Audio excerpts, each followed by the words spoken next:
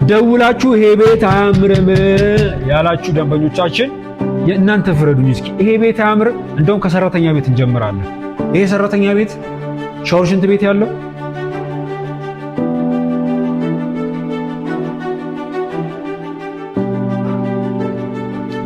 ቤቱን ላሳያችሁ።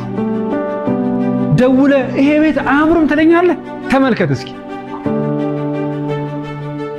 ባልከኒ ይሄ ባልከኒ የምር አሁን አያምርም?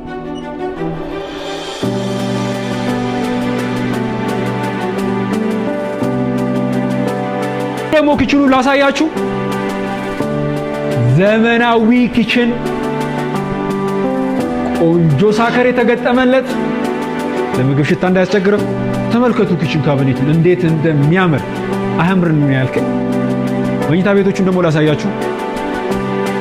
ይሄ ሳሎን እንዳይመስላችሁ መኝታ ቤት ነው፣ ማስተር ቤድሩም ነው። ባልከኒ ሳሎኑ ጋር ይጋራ። ቁም ሳጥን የተገጠመለት የራሱ የሆነ ባዝሩም ያለው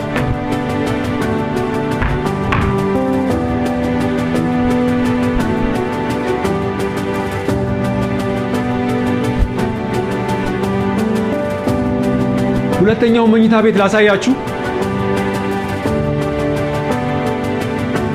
ይሄ ሁለተኛው ሰፋ ያለ መኝታ ቤታችን ነው። የራሱ የሆነ ባልከኒ ያለው ናቹራል ላይት የሚያገኝ።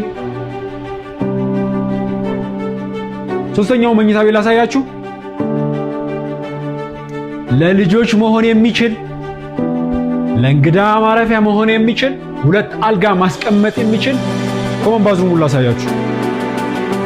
ሁለቱ መኝታ ቤትና ሳሎን የሚጠቀም ኮመን ባዝሩም።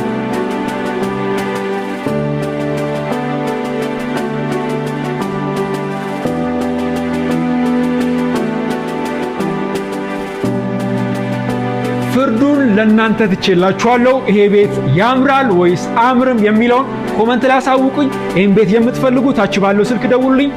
ቴንክ ዩ